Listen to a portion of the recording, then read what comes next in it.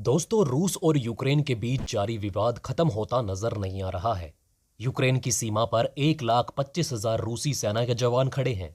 स्थिति इतनी गंभीर है कि नाटो देश और रूसी सेना के बीच कभी भी युद्ध शुरू हो सकता है। विवाद दरअसल ये है कि यूक्रेन उत्तरी अटलांटिक संधि संगठन यानी कि नाटो का सदस्य देश बनना चाहता है और रूस इसका विरोध कर रहा है। नाटो अमेरिका और पश्चिमी देशों के बीच एक सैन्य गठबंधन है, इसलिए रूस नहीं चाहता कि उसका पड़ोसी देश नाटो का मित्र बने। नाटो अमेरिका और पश्चिमी देशों के बीच एक सैन्य गठबंधन है, इसलिए रूस नहीं चाहता कि उसका पड़ोसी देश नाटो का मित्र बने। नाटो देश पर ठने इस पूरे विवाद ने एक नए युद्ध की संभावना को जन्म दिया है, जिसमें एक से ज्यादा देश भाग ले सकते हैं।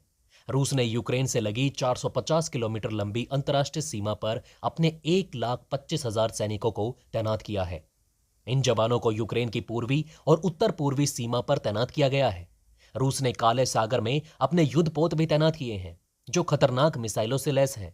2014 में रूस ने यूक्रेन के एक महत्वपूर्ण बंदरगाह क्षेत्र क्रीमिया पर कब्जा कर लिया था और तब से संघर्ष कभी खत्म ही नहीं हुआ। रूस ने यूक्रेन की सीमा पर ड्रोन भी तैनात किए हैं, जो पलक झपकते ही किसी भी सैन्य अड्डे को तबाह कर सकते हैं।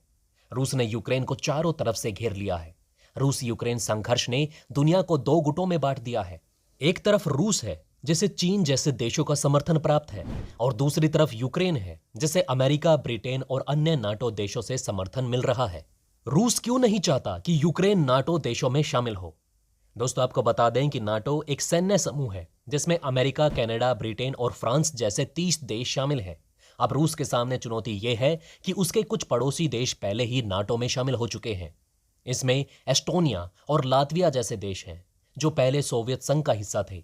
अब अगर यूक्रेन भी नाटो का हिस्सा बन गया तो रूस हर तरफ से अपने दुश्मन देशों से घिर जाएगा और अमेरिका जैसे देश उस पर हावी हो जाएंगे।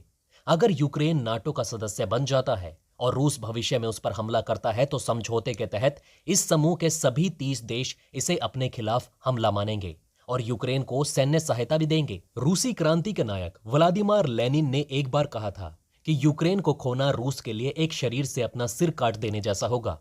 यही वजह है कि रूस नाटो में यूक्रेन के प्रवेश का विरोध कर रहा है। यूक्रेन रूस की पश्चिमी सीमा पर स्थित है।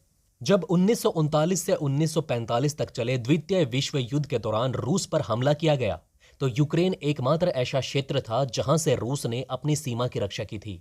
अब अगर यूक्रेन नाटो देशों के साथ चला गया तो रूस की राजधानी मॉस्को पश्चिम में सिर्फ 640 किलोमीटर दूर होगी। फिलहाल यह दूरी करीब 1600 किलोमीटर है। यूक्रेन नाटो में क्यों शामिल होना चाहता है? दोस्तों, आपको बता दें कि यूक्रेन के नाटो देश में शामिल होने की वजह 100 साल पुरानी है, जब अलग देश का अस्तित्व भी नहीं था। दोस्तों, आपको बता दें कि यूक्रेन के नाटो देशों में शामिल होने की वजह 100 साल पुरानी है, जब अलग देश का अस्तित्व भी नहीं था। 1971 से पहले रूस और यूक्रेन रूसी साम्राज्य का हिस्सा थे। 1971 में रूसी क्रांति के बाद यह साम्राज्य बिखर गया और यूक्रेन ने खुद को एक स्वतंत्र देश घोषित कर दिया। हालांकि यूक्रेन मुश्किल से 3 साल तक स्वतंत्र रह सका और 1920 में यह सोवियत संघ में शामिल हो गया। यूक्रेन के लोग हमेशा से खुद को स्वतंत्र देश मानते रहे हैं। 1991 में जब सोवियत संघ का बंटवारा हुआ तो यूक्रेन सहित 15 नए देशों का गठन हुआ। सही मायनों में यूक्रेन को साल 1991 में आजादी मिली। हालांकि यूक्रेन शुरू से ही समझता है कि वो रूस से कभी भी अपने दम पर मुकाबला नहीं कर सकता और इसलिए वो एक ऐसे सैन्य संगठन में शामिल होना चाहता है जो उसकी आजादी को महफूज रख सके। नाटो से बेहतर संगठन कोई और नहीं जो यूक्रेन की रक्षा कर सके। यूक्रेन के पास ना तो रूस जैसी बड़ी सेना है, ना ही आधुनिक हथियार। यूक्रेन में 1.1 मिलियन सैनिक हैं, जबकि रूस के पास 2.9 मिलियन सैनिक हैं। यूक्रेन के पास 98 लड़ाकू विमान है, रूस के पास करीब 1500 लड़ाकू विमान है। रूस के पास यूक्रेन की तुलना में अधिक हमलावर हेलीकॉप्टर, टैंक और बख्तरबंद वाहन भी हैं। अब दोस्तों, सवाल यहां पर यह है कि क्या इस विवाद का असली विलन है अमेरिका? दोस्तों, रूस और यूक्रेन के विवाद में अमेरिका की अहम भूमिका है। अमेरिका ने अपने 3000 सैनिकों को यूक्रेन की मदद के लिए भेजा है और उनकी तरफ से यह आश्वासन दिया गया है कि वे यूक्रेन की मदद के लिए हर संभव प्रयास करेंगे। सच्चाई यह है कि मौजूदा अमेरिकी राष्ट्रपति जो बाइडेन यूक्रेन का इस्तेमाल सिर्फ अपनी छवि मजबूत करने के लिए कर रहे हैं। पिछले साल अमेरिका को अफगानिस्तान से अपनी सेना वापस बुलानी पड़ी थी। इसके अलावा ईरान में अमेरिका कुछ हासिल नहीं कर पाया और तमाम प्रतिबंधों के बावजूद उत्तर कोरिया लगातार मिसाइल परीक्षण भी कर रहा है। इन घटनाओं ने अमेरिका की सुपर पावर इमेज को नुकसान पहुंचाया है। यही वजह है कि जो बाइडेन यूक्रेन रूस विवाद के साथ इसकी भरपाई करना चाहते हैं। अमेरिका के अलावा ब्रिटेन और फ्रांस जैसे देशों ने भी यूक्रेन का समर्थन किया है। इन देशों का समर्थन कब तक चलेगा, ये एक बड़ा सवाल है, क्योंकि यूरोपीय देश अपनी गैस की 1/3 जरूरत के लिए रूस पर निर्भर हैं। अब अगर रूस इस गैस की आपूर्ति बंद कर देता है तो इन देशों में भयानक पावर क्राइसिस होगा। लेकिन यहां पर सवाल यह खड़ा होता है कि आखिर किसके साथ खड़ा है भारत। दोस्तों, रूस यूक्रेन के विवाद में भारत की स्थिति भी बहुत महत्वपूर्ण है। रूस और अमेरिका दोनों भारत के लिए महत्वपूर्ण है। भारत अभी भी अपने 55% हथियार रूस से ही खरीदता है, जबकि अमेरिका के साथ भारत के संबंध पिछले 10 वर्षों में काफी मजबूत हुए। जिस देश में यूक्रेन ने सबसे पहले फरवरी 1993 में एशिया में अपना दूतावास खोला, वो भारत था।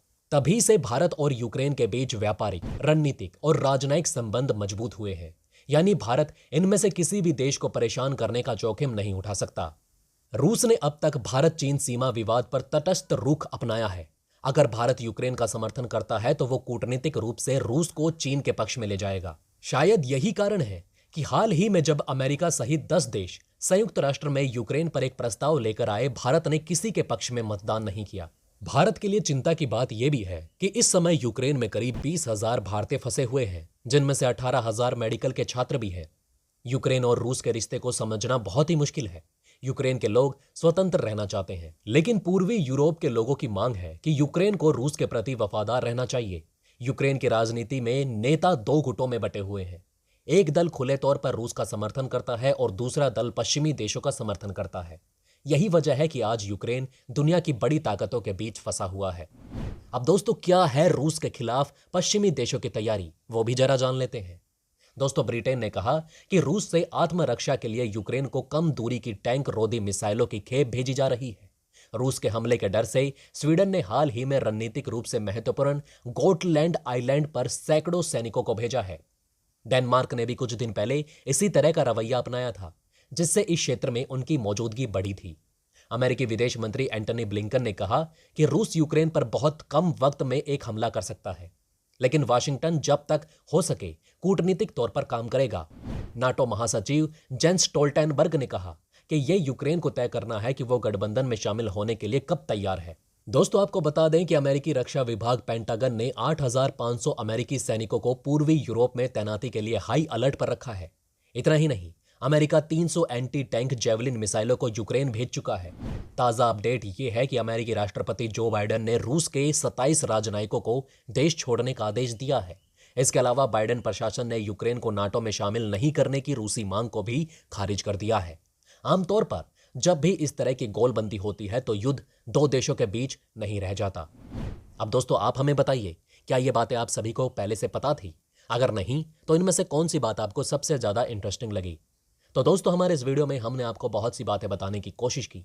अगर आपको हमारी ये कोशिश अच्छी लगी तो प्लीज़ लाइक करें इस वीडियो को, और इसी तरह की और जानकारी पाने के लिए सब्सक्राइब करें हमारे चैनल को। जितना हो सके इस वीडियो को शेयर करना ना भूलें।